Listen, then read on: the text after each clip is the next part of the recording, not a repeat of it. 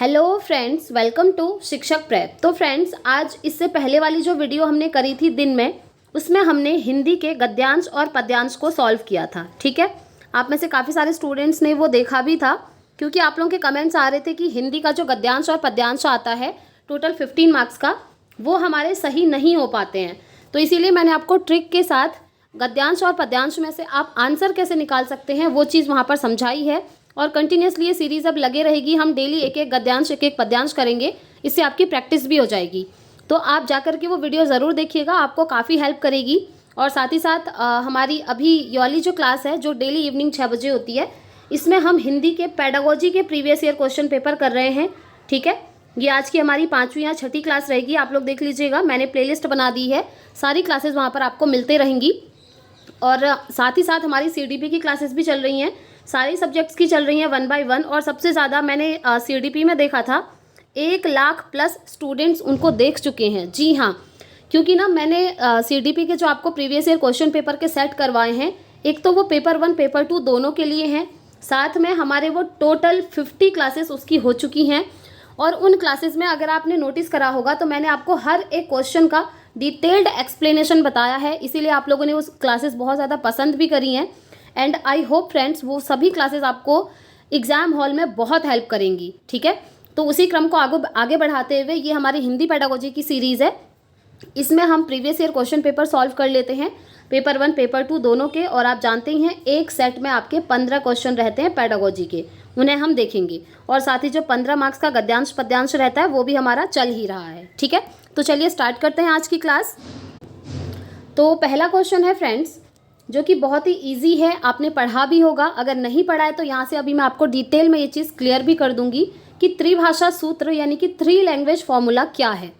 तो क्वेश्चन है, आपसे पूछा है त्रिभाषा सूत्र के अनुसार स्कूल में पहली भाषा जो पढ़ाई जाए वह डैश हो या डैश हो।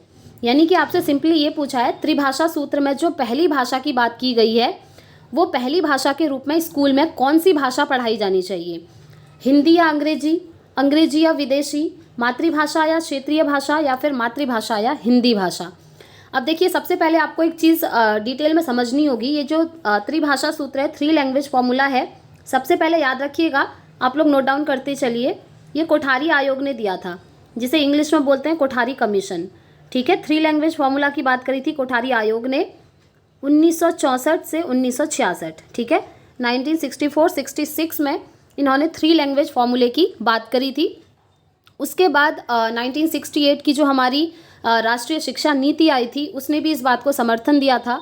और उसके बाद फाइनली जो हमारी 1986 वाली आई थी, मैंने आपको क्या कहा कि जो कोठारी आयोग है 1964-66 इसने त्रिभाषा सूत्र दिया। उसके बाद जो 1968 की शिक्षा नीति आई थी उसने भी इस चीज़ को समर्थन दिया। लेकिन फाइनली ये लागू कब हुआ, ये हुआ 1986 में, जो कि आपकी राष्ट्रीय शिक्षा नीति आई थी वहाँ से। ठीक है, वहाँ से इसको बहुत ज़्यादा बढ़ावा मिला, आप इस तरीके से समझ सकते हैं। तो आपको जो इम्पोर्टेंट है वो ये है कि इस त्रिभाषा सूत्र में 3 भाषाओं की बात करी गई थी। सबसे पहले पहली भाषा की बात हम करेंगे जो कि क्वेश्चन में पूछा है, उसके बाद द्वितीय भाषा को लेकर इसमें क्या बात हुई थी, और तृतीय भाषा को लेकर इसमें क्या बात हुई थी। तो देखिए, सबसे पहले प्रथम भाषा की हम बात करेंगे।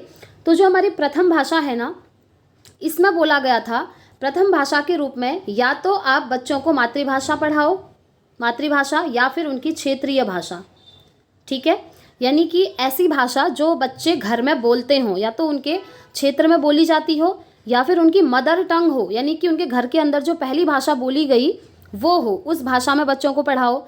और दूसरी भाषा की बात करी थी, दूसरी भाषा के रूप में बच्चों को हिंदी पढ़ाएंगे। और तीसरी भाषा के रूप में बच्चों को मॉडर्न इंडियन लैंग्वेज, आप जानते हैं संविधान में 22 भाषाएं हैं, उन 22 भाषाओं में से कोई एक भाषा को आप यहाँ पर पढ़ाएंगे मॉडर्न इंडियन लैंग्वेज में। ये कहा गया था त्रिभाषा सूत्र के अंदर, 3 लैंग्वेज फॉर्मूला के अंदर। अब क्वेश्चन के अकॉर्डिंग आपको आंसर भी मिल गया होगा कि पहली भाषा के रूप में जो भाषा पढ़ाई जाए वो कौन सी हो, या तो मातृभाषा हो या फिर क्षेत्रीय भाषा हो। ये इसलिए आया था क्योंकि जो बच्चों की ये शिक्षा व्यवस्था थी ना, उसको ईजी बनाने के लिए। क्योंकि अगर पहली भाषा के रूप में अगर आप मातृभाषा या क्षेत्रीय भाषा बच्चों को पढ़ाते हैं तो कहीं ना कहीं वो उनके घर से कनेक्टेड है, जहाँ वो रहते हैं उनके आसपास क्षेत्र से रिलेटेड है, तो वहाँ से अगर उस लैंग्वेज के थ्रू अगर आप पढ़ाएंगे तो बच्चों के लिए ईजी रहेगा, इसलिए इसकी बात करी गई थी और बात करी थी कोठारी कमीशन 1964-66 में। ठीक है, चलिए आगे बढ़ते हैं। आई होप आपको ये क्लियर हो गया होगा। नेक्स्ट क्वेश्चन पे चलते हैं। व्याकरण पढ़ाने की आगमन विधि डैश पर सर्वाधिक बल देती है। मैंने आपको आगमन विधि, निगमन विधि सब करवाया हुआ है। ठीक है, फिर भी क्वेश्चन आया है तो हम डिटेल में समझेंगे।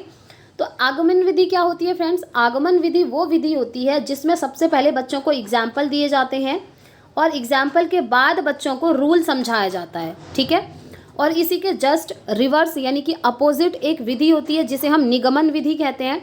निगमन विधि में क्या होता है? सबसे पहले बच्चों को रूल बताए जाते हैं और उसके बाद एग्जाम्पल बताए जाते हैं। एग्जाम्पल मतलब उदाहरण, रूल मतलब नियम, और इधर रूल मतलब नियम और एग्जाम्पल मतलब उदाहरण। अब आप लोग समझ गए होंगे कि आगमन विधि डैश पर सबसे ज़्यादा बल देती है। किस पर देती है सबसे ज़्यादा बल? एग्जाम्पल्स पर, यानी कि उदाहरणों पर।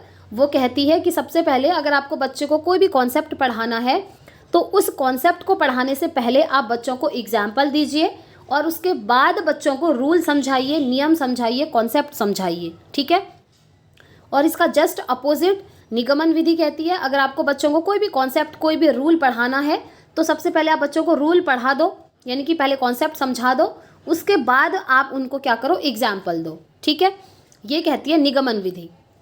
अब देखिए, ये जो आगमन विधि होती है ना, ये प्राइमरी क्लासेस में यूज़फुल होती है, और जो निगमन विधि है ये हमारी जो हाई क्लासेस होती हैं वहाँ पर यूज़फुल होती हैं। आगमन विधि को इंग्लिश में बोलते हैं इंडक्टिव मेथड और निगमन विधि को इंग्लिश में बोलते हैं डिडक्टिव मेथड। ठीक है, तो इसका राइट आंसर क्या हो गया? इसका राइट आंसर हो गया उदाहरण। ठीक है, क्योंकि आगमन विधि में मैंने आपको समझाया पहले एग्जाम्पल बताए जाते हैं फिर रूल। फॉर एग्जाम्पल, एक एग्जाम्पल मैं आपको समझा देती हूँ। जैसे अगर आप बच्चों को एज अ टीचर नाउन का कॉन्सेप्ट समझाना चाहते हैं तो सबसे पहले आप क्या करेंगे? नाउन के कुछ एग्जाम्पल्स बच्चों को देंगे, उसके बाद नाउन की डेफिनेशन उनको बताएंगे। एग्जाम्पल बहुत ईजी हो सकते हैं, जैसे आप उनसे पूछ सकते हैं बच्चों से कि आपका जो क्लोज फ्रेंड है उसका नाम बताइए। ठीक है, और आपकी जो फेवरेट सिटी है उसका नाम बता दीजिए। यानी कि आप जानते हैं किसी वस्तु, स्थान या प्राणी के नाम को हम क्या कहते हैं? नाउन कहते हैं, संज्ञा कहते हैं। तो किसी वस्तु का नाम पूछ सकते हैं, किसी स्थान का नाम पूछ सकते हैं, किसी प्राणी का नाम पूछ सकते हैं बच्चों से। जब बच्चे उसका आंसर करेंगे उसके बाद मिला करके हम उनको डेफिनेशन बताएंगे कि बच्चों ये जो आप एग्जाम्पल्स दे रहे हो इन्हीं को हम संज्ञा कहते हैं, नाउन कहते हैं। ठीक है, इस तरीके से बच्चों को पढ़ाना ये कहलाता है आगमन विधि। तो आई होप ये क्वेश्चन भी आपका एकदम क्लियर हो गया होगा। चलिए आगे बढ़ें। Okay, next question. भाषा के संदर्भ में संचार माध्यमों का प्रयोग न केवल सामाजिक संवेदनाएं विकसित करता है बल्कि डैश को समझने में भी मदद करता है। और किसको समझने में मदद करता है बताइए?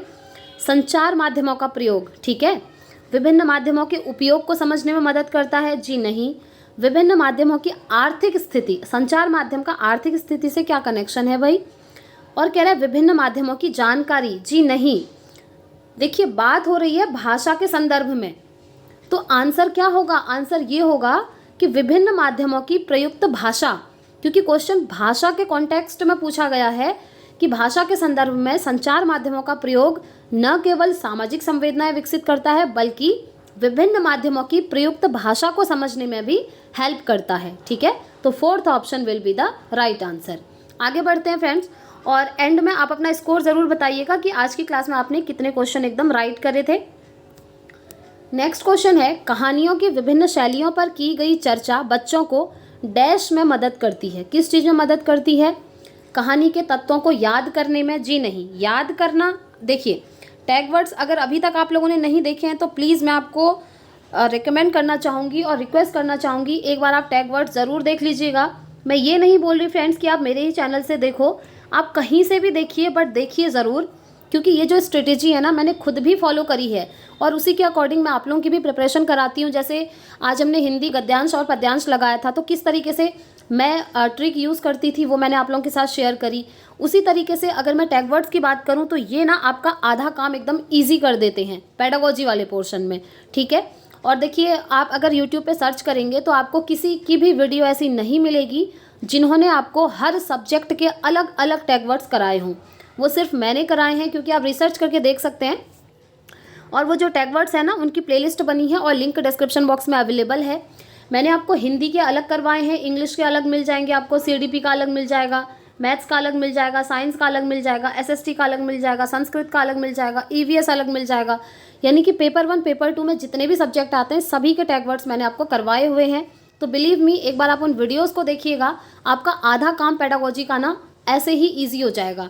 ऑप्शन देखते ही आप आंसर बताने लगोगे। जैसे याद करना, मैंने आपको हमेशा बोला है याद करना क्या होता है, एक नेगेटिव टैग वर्ड है और ऐसे ऑप्शन कभी भी सही नहीं होते हैं। इस तरीके से मैंने आपको बहुत सारी चीज़ें वहाँ समझाई हैं और किस तरीके से अप्लाई करनी है क्वेश्चन के माध्यम से भी समझाया है। तो एक बार जाकर आप चेकआउट ज़रूर करिएगा। एंड यस, काफ़ी सारे स्टूडेंट्स का कहना था कि उसमें तो लिखा है कि जनवरी के लिए वो टैग वर्ड्स कराए हैं। तो देखिए फ्रेंड्स, आपका एग्ज़ाम चाहे जनवरी में हो, चाहे जुलाई में हो, चाहे किसी भी मंथ में हो, जब तक आपका एग्जामिनेशन पैटर्न चेंज नहीं होगा ना, तब तक आपके टैग वर्ड्स भी चेंज नहीं होंगे। ठीक है, तो वही टैग वर्ड्स आपको देखने हैं। अगर अभी मैं नए तरीके से भी कराऊं तो टैग वर्ड्स आपके वही रहेंगे एज इट इज़। इससे बेटर है आप उनको ही देख लीजिए, क्योंकि टैग वर्ड समझने से मतलब है। ठीक है, एक बार आप चेकआउट ज़रूर करिएगा। तो अब इस क्वेश्चन को सॉल्व कर लेते हैं। तो देखिए, कहानी के तत्वों को याद करने, ये तो नहीं होगा। नेक्स्ट है कहानी की कमियां बताने, थर्ड है व्याकरण समझने और चौथा है कहानियां रचने। अब देखिए, व्याकरण की बात कर रहा है, यहाँ व्याकरण की बात नहीं हो रही है, यहाँ बात हो रही है कहानियों की। ठीक है, कहानियों की विभिन्न शैलियों पर की गई चर्चा। देखिए, विभिन्न अलग अलग शैलियाँ हैं और उन पर क्या कर रहे हैं टीचर, चर्चा कर रहे हैं। इसका मतलब ये थोड़ी है कि कहानियों की वो कमियां बताए जा रहे हैं, ये थोड़ी मतलब होता है जब आप कहानी की विभिन्न शैलियों के बारे में बातचीत करते हैं, है ना। तो कहानियों की जो विभिन्न शैलियां होती हैं ना, उन पर जो डिस्कशन होता है, चर्चा होती हैं, वो बच्चों को कहानी रचने में हेल्प करती हैं। आपने देखा होगा काफ़ी सारे स्टूडेंट्स को वो खुद भी पोएम लिखना स्टार्ट कर देते हैं बचपन से, क्योंकि उनकी कंडीशनिंग वैसी ही होती है। क्योंकि स्कूल में जब आप हिंदी पढ़ते होंगे ना, तो वहाँ पर पोएम्स होती हैं, कहानियाँ होती हैं। तो टीचर किस तरीके से पढ़ा रहे हैं, कैसे डिस्कशन कर रहे हैं और बच्चों का उनके ऊपर कैसा इम्पैक्ट पड़ रहा है, ये डिपेंड करता है कि बच्चे खुद से भी कहानी लिखना सीख सकते हैं। तो इसीलिए इसका राइट आंसर हो जाएगा ऑप्शन 4। आगे बढ़ते हैं नेक्स्ट क्वेश्चन पे। संदर्भ में व्याकरण किस पर बल देता है? संदर्भ में व्याकरण पूछा है। ठीक है, पहला है पाठ के अंत में दिए समस्त भाषा अभ्यास को पूर्ण करवाने पर, या फिर पाठ पढ़ाते समय प्रसंगवश आने वाले व्याकरणिक बिंदुओं को स्पष्ट करने पर, तीसरा है पाठ के अंत में समस्त व्याकरणिक बिंदुओं को स्पष्ट करने पर, और चौथा है पाठ के दौरान आए समस्त व्याकरणिक बिंदुओं की परिभाषा बताने पर। तो देखिए फ्रेंड्स, संदर्भ में व्याकरण यानी कि जो हमारा कॉन्टेक्स्ट में ग्रामर होती है, वो क्या करता है ना, जब कोई भी चैप्टर हम पढ़ा रहे होते हैं बच्चों को, तो उस समय हर चीज़ के जो प्रसंग में, जैसे आप कुछ भी पढ़ा रहे हैं उसके प्रसंग में जो भी व्याकरणिक बिंदु आएंगे, यानी कि ग्रामर से रिलेटेड जो भी इंपॉर्टेंट पॉइंट्स आएंगे, आप क्या करेंगे, उनको स्पष्ट कर रहे होंगे। यही होता है संदर्भ में व्याकरण का प्रयोग। ऐसा नहीं होता है कि पाठ के अंत में आप वो चीज़ करेंगे, पाठ के अंत में नहीं, बल्कि पाठ पढ़ाते समय जब आप पाठ को पढ़ा रहे हैं और बीच में ऐसा कुछ आ रहा है तो उसको स्पष्ट करेंगे। ठीक है, तो इसका राइट आंसर हो गया ऑप्शन 2। आगे बढ़ेंगे नेक्स्ट क्वेश्चन।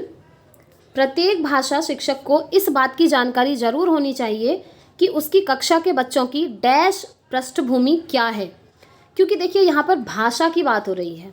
ठीक है, तो किस चीज़ की पृष्ठभूमि पर वो बल देंगे, इतना तो आप लोग कॉमन सेंस भी यूज़ कर सकते हैं।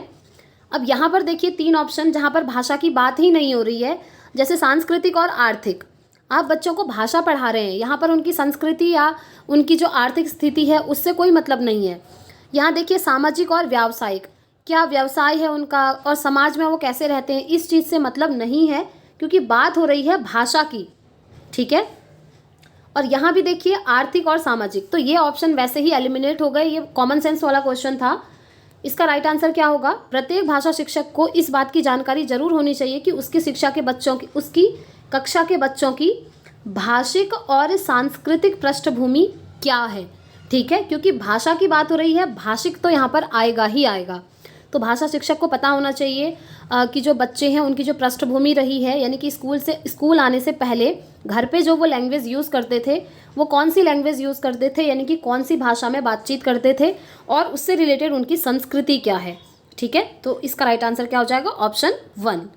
आगे बढ़ते हैं, नेक्स्ट क्वेश्चन पे चलेंगे।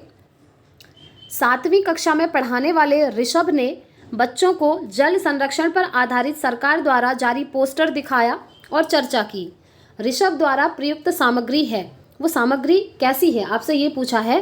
कृत्रिम है, प्रामाणिक है, अनुपयोगी है या मनोरंजक है। देखिए अनुपयोगी तो होगी नहीं, क्योंकि जो जल संरक्षण पर आधारित सरकार द्वारा पोस्टर जारी किया गया है उसकी चर्चा हो रही है, तो वो उपयोगी तो होगा ही होगा।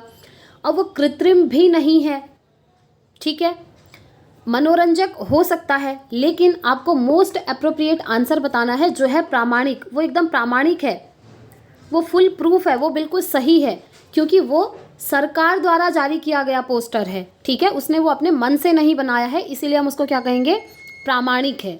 तो सेकंड ऑप्शन इसका बिल्कुल राइट हो जाएगा। आगे बढ़ते हैं नेक्स्ट क्वेश्चन। कविता शिक्षण के समय शिक्षक द्वारा ऐसे प्रश्नोत्तर पर बल देना चाहिए। कैसे प्रश्नोत्तर पर, देखिए कविता शिक्षण की बात हो रही है, कविता पढ़ाते समय शिक्षक द्वारा कैसे प्रश्नोत्तर पर बल देना चाहिए, यानी कि बच्चों से किस प्रकार के प्रश्न पूछने चाहिए। ऐसे पूछने चाहिए जिनका एक ही उत्तर हो, या फिर जिनका उत्तर पुस्तक में दिया गया हो, ऐसे क्वेश्चन पूछने चाहिए, या जिनके उत्तर सरल हों ऐसे क्वेश्चन पूछें, या फिर जिनके उत्तर विभिन्न हों ऐसे क्वेश्चन पूछें। तो देखिए हम हमेशा कहते हैं अगर आपने बच्चों के अंदर चिंतन डेवलप करना है, ठीक है, यानी कि हम कहेंगे डाइवर्जेंट थिंकिंग अगर डेवलप करनी है, अपसारी चिंतन अगर डेवलप करना है, तो आप बच्चों से ऐसे क्वेश्चन पूछेंगे जिनके आंसर्स विभिन्न होंगे। जैसे क्वेश्चन एक होगा लेकिन आंसर्स उसके काफ़ी होंगे। इससे क्या होता है ना, अब देखिए यहाँ पर जैसे कह रहा है कि एक ही उत्तर होगा। अगर आप बच्चों से ऐसा क्वेश्चन पूछो भारत की राजधानी क्या है, बच्चा कहेगा न्यू दिल्ली है, ख़त्म। यहाँ पर बच्चे ने कुछ दिमाग लगाया नहीं, बच्चे ने वो याद करा था, रटा था, आपको बता दिया। लेकिन अगर आप ऐसे क्वेश्चन पूछते हैं जिनके मल्टीपल आंसर्स हों, तो वहाँ पर बच्चे को अपना दिमाग यूज़ करना पड़ता है, सोचना पड़ता है, अलग अलग दिशाओं में बच्चा सोचता है। जैसे आप पूछते हैं, जैसे भारत की राजधानी क्या है, न्यू दिल्ली बता दिया, आप वहीं पर इसकी जगह ये क्वेश्चन पूछ दें कि जो हमारे देश की राजधानी है उसकी विशेषताएं बताइए, तो वहाँ पर क्या होगा, विशेषता एक तो नहीं होगी ना, विशेषताएं अनेक होती हैं, तो वहाँ पर बच्चा सोचेगा और अलग अलग दिशाओं में अपना दिमाग यूज़ करेगा। तो हमेशा कविता शिक्षण हो या फिर आप कुछ भी पढ़ा रहे हो, ठीक है, अगर ऐसा क्वेश्चन आपसे पूछा जाता है कि कुछ पढ़ाते हुए किस तरह के प्रश्न बच्चों से पूछने चाहिए, तो आप कहेंगे ऐसे प्रश्न पूछने चाहिए जिनके उत्तर अनेक हों, यानी कि विभिन्न उत्तर हों, और ये बिल्कुल बढ़िया माना जाता है। अब इन दोनों में मैं आपको डिफरेंस भी बता देती हूँ। एक होता है अपसारी प्रश्न और एक होता है अभिसारी प्रश्न। अपसारी यानी कि डाइवर्जेंट थिंकिंग वाले क्वेश्चन, और अभिसारी यानी कि कन्वर्जेंट थिंकिंग वाले क्वेश्चन। अब देखिए अपसारी चिंतन में क्या होता है, एक क्वेश्चन के मल्टीपल आंसर्स होते हैं, और अभिसारी चिंतन में एक क्वेश्चन का एक ही आंसर होगा। इस तरीके से आप इसको समझ सकते हैं, ठीक है। चलिए आगे बढ़ते हैं। नेक्स्ट क्वेश्चन, गद्य शिक्षण में अपेक्षित नहीं है, जो आप गद्य आता है ना आपका, उसमें क्या जो है अपेक्षित नहीं होता है, ये पूछा है। पहला है तार्किक शक्ति का विकास, ये तो अपेक्षित होता है, ये तो इम्पॉर्टेंट होता है। भाषा की बारीकियां समझना भी इम्पॉर्टेंट होता है, कल्पनाशीलता भी इम्पॉर्टेंट होती है, लेकिन अनुकरण क्षमता का विकास ये इम्पॉर्टेंट नहीं होता है। अनुकरण क्षमता मतलब होता है नकल करने की क्षमता, इमिटेट करने की क्षमता, इसका विकास नहीं किया जाता है गद्य शिक्षण में। जैसे आपसे गद्य पूछा जाता है ना, गद्यांश जो हमने सॉल्व भी किया था, तो उसमें क्या होता है, आपकी तार्किक शक्ति का विकास होता है। आप तर्क लगाते हैं कि अच्छा इस क्वेश्चन का आंसर ये हो सकता है, और वहाँ पर आप भाषा की बारीकियों को भी समझते हैं कि ये किस तरह की लैंग्वेज में बात करी है। जैसे आपका पोएम वाला सेक्शन आता है, वहाँ तो बहुत ही थोड़ा ध्यान लगाकर पढ़ना पड़ता है, तो इससे इन चीज़ों का विकास होता है, और कल्पनाशीलता, आपकी इमेजिनेशन पावर भी बढ़ती है। लेकिन क्या नहीं होता है, अनुकरण क्षमता का विकास नहीं होता है, और क्वेश्चन में नहीं पूछा है, इसलिए यही इसका आंसर हो जाएगा। आगे बढ़ते हैं नेक्स्ट क्वेश्चन पे।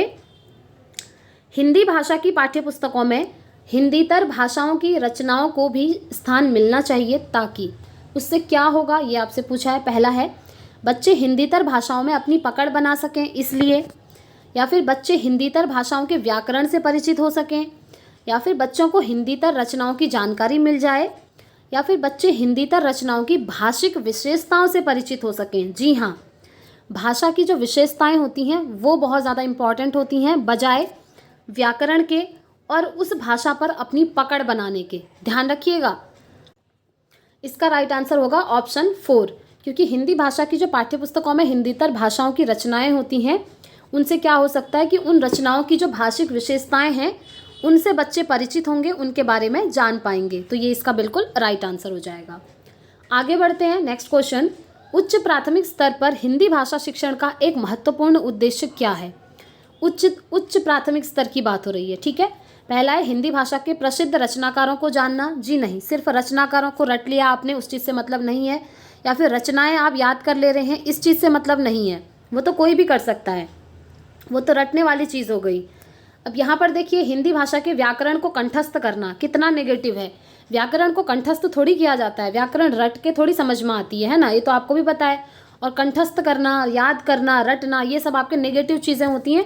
ये ऑप्शन भी हमारा एलिमिनेट हो गया, क्योंकि फ्रेंड्स देखिए, कोई भी चीज़ है ना, व्याकरण है या फिर नॉर्मल भी आप कोई कॉन्सेप्ट पढ़ रहे हैं, तो वो कंठस्थ नहीं किया जाता है, याद नहीं किया जाता है, बल्कि उसको समझा जाता है। जब आप उसको समझेंगे तभी वो आपको लॉन्ग टर्म के लिए याद रहेगा। अगर आप खाली कंठस्थ कर गए, यानी कि याद कर गए, तो फिर कोई फ़ायदा नहीं है। आज याद करेंगे, कल भूल जाएंगे उसको, ठीक है। तो इसका राइट आंसर हो जाएगा ऑप्शन थर्ड, हिंदी भाषा की नियमबद्ध प्रकृति को समझना। उसकी क्या प्रकृति है, उसका नेचर क्या है, उस चीज़ को समझना, ये इंपॉर्टेंट होता है। तो third option will be the right answer. Next question, भाषण, परिचर्चा, संवाद बच्चों की डैश क्षमता का विकास करने में सहायक है। कौन सी क्षमता? कल्पनाशीलता, अनुकरण, लिखित अभिव्यक्ति, मौखिक अभिव्यक्ति। अब देखिए, ये सारे ऑप्शन आपको सही लग रहे होंगे। काफ़ी बार ऐसे ऐसे क्वेश्चन भी हमसे पूछे जाते हैं जिनके चारों ऑप्शन बिल्कुल पॉजिटिव होते हैं, जैसा कि इसमें है। अब यहाँ पर आप लोग कंफ्यूज हो जाते हैं कि कौन सा आंसर लगाएं। तो मैंने आपको हमेशा बोला है, आपने ये नहीं देखना है कि कौन से ऑप्शन पॉजिटिव हैं, क्योंकि पॉजिटिव सारे हैं। आपको ये देखना है कि उस क्वेश्चन के हिसाब से मोस्ट अप्रोप्रिएट ऑप्शन कौन सा सही बैठेगा। जैसे यहाँ पर क्या बात हो रही है, भाषण की। भाषण में क्या होगा, बच्चा बोलेगा। परिचर्चा, डिस्कशन होगा जब, तो बच्चे को मौका मिलेगा बातचीत करने का, बोलने का। संवाद भी वही होता है, लोगों के साथ इंटरेक्शन करना, है ना। क्लासरूम में अंतःक्रिया करना, अपनी बात दूसरे बच्चों से कहना, दूसरे बच्चे की बात सुनना, ये सभी किसके अंदर आता है? मौखिक अभिव्यक्ति के अंदर। यहाँ पर बच्चे में क्या होगा, मौखिक अभिव्यक्ति की क्षमता का विकास होगा। किस तरीके से किस तरीके से बोलना है, ये चीज़ बच्चे सीख पाएंगे। तो यही होती है मौखिक अभिव्यक्ति, ठीक है। तो फोर्थ ऑप्शन इसका राइट हो जाएगा। आगे बढ़ते हैं नेक्स्ट क्वेश्चन पे। गद्य रचना को पद्य में रूपांतरित करना और पद्य को गद्य में रूपांतरित करना डैश में मदद करता है। किस चीज़ में मदद करता है? भाषाई संरचनाओं पर अधिकार, भाषा व्याकरण पर अधिकार, साहित्य के सर्वोत्कृष्ट सृजन या अभ्यास प्रश्नों को गढ़ने में। देखिए, अभ्यास प्रश्नों की तो यहाँ बात हुई नहीं है, ना साहित्य की बात हुई है और ना ही भाषा व्याकरण की बात हुई है। यहाँ बात हुई है गद्य रचना को पद्य में और पद्य को गद्य में रूपांतरित करना है, तो वो आपको भाषाई संरचनाओं पर अधिकार में मदद करेगा। भाषा की संरचना क्या है, उसका स्ट्रक्चर किस तरीके से यूज होता है, इस चीज़ को समझने में मदद करेगा, ठीक है। इसीलिए इस क्वेश्चन का राइट आंसर यही हो जाएगा, ऑप्शन 1। नेक्स्ट क्वेश्चन पे चलेंगे। 8वीं कक्षा में हिंदी भाषा सीखने सिखाने के लिए आप किस सामग्री को सर्वाधिक महत्व देंगे? कौन सी सामग्री को सबसे ज़्यादा महत्व देंगे? ध्यान रखिएगा, 8वीं कक्षा की बात हो रही है, ठीक है। पहला है व्याकरण की पुस्तक, इस पर तो बिल्कुल भी महत्व नहीं देना है, क्योंकि व्याकरण वाला जो ज्ञान होता है ना, उसको मोस्टली बच्चे रटने की कोशिश करते हैं। दूसरा है पोस्टर, तीसरा है पाठ्यपुस्तक, चौथा है साहित्य सामग्री। अब बताइए, 8वीं कक्षा की बात हो रही है, तो इसका जो मोस्ट अप्रोप्रिएट आंसर होगा वो होगा साहित्य की सामग्री। साहित्य जो होते हैं ना, बाल साहित्य जैसे चाचा चौधरी, चंपक, ये सब ये इम्पॉर्टेंट होते हैं। इससे भाषा सीखी जा सकती है बहुत ही ईजी वे में और मज़ेदार तरीके से। तो इसका राइट आंसर हो जाएगा ऑप्शन 4। वैसे पोस्टर भी सही है, पाठ्यपुस्तक भी सही है, लेकिन जो मोस्ट अप्रोप्रिएट है वो यहाँ पर साहित्य सामग्री होगा। नेक्स्ट क्वेश्चन, आप 6ठी कक्षा के बच्चों के लिए हिंदी भाषा सीखने सिखाने की किस पद्धति का समर्थन करेंगे? 6ठी कक्षा के लिए पूछा है, ठीक है। तो 6ठी कक्षा के लिए क्या होगा सबसे अच्छा? जिसमें बच्चे परस्पर अंतःक्रिया करें, जिसमें बच्चे केवल लेखन कार्य करें, जिसमें बच्चों को बोलने के अवसर मिलें, जिसमें बच्चों को पाठ्यपुस्तक बिल्कुल ना पढ़नी हो। बताइए, मैंने आपको अभी जस्ट ऊपर वाले क्वेश्चन में आया था, मैंने बोला था कि अंतःक्रिया इट इज़ बेस्ट। जब बच्चे एक दूसरे के साथ बातचीत कर रहे हैं क्लासरूम में, उस तरीके से अगर वो सीखते हैं तो वो सीखना स्थायी होता है, लॉन्ग टर्म तक याद रहता है। अब ये जो अंतःक्रिया है ना, ये सिर्फ स्टूडेंट्स के बीच में ही नहीं, बल्कि टीचर और स्टूडेंट दोनों के बीच में भी हो सकती है। जैसे टीचर कोई कॉन्सेप्ट पढ़ा रहे हैं बच्चों को, तो अगर बच्चों को समझ में नहीं आ रहा है तो बच्चे टीचर से पूछ सकते हैं, उसके बाद टीचर दोबारा से बच्चों को समझा सकते हैं। इस तरीके से आपस में बातचीत होती है, इसी को बोलते हैं परस्पर अंतःक्रिया। ठीक है, तो इसका राइट आंसर हो जाएगा ऑप्शन 1। तो फ्रेंड्स, आज के हमारे प्रीवियस ईयर का क्वेश्चन पेपर का सेट कंप्लीट होता है। आई होप आपको वीडियो पसंद आई होगी। पसंद आई है तो प्लीज़ लाइक शेयर ज़रूर करिएगा। और देखिए फ्रेंड्स, आप लोगों के काफ़ी अच्छे अच्छे पॉजिटिव कमेंट्स मुझे मिलते हैं, तो मुझे बहुत अच्छा लगता है इसी तरह से मोटिवेट होकर आप लोगों के लिए नई नई वीडियोस बनाने का।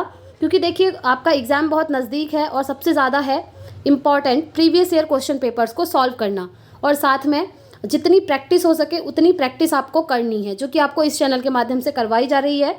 बाकी जो अदर क्लासेस हैं उन्हें अभी आप देख सकते हैं फ्रेंड्स, उनमें भी काफ़ी अच्छा रिस्पॉन्स देखने को मिला है, आप लोगों को वो काफ़ी हेल्प करेंगी।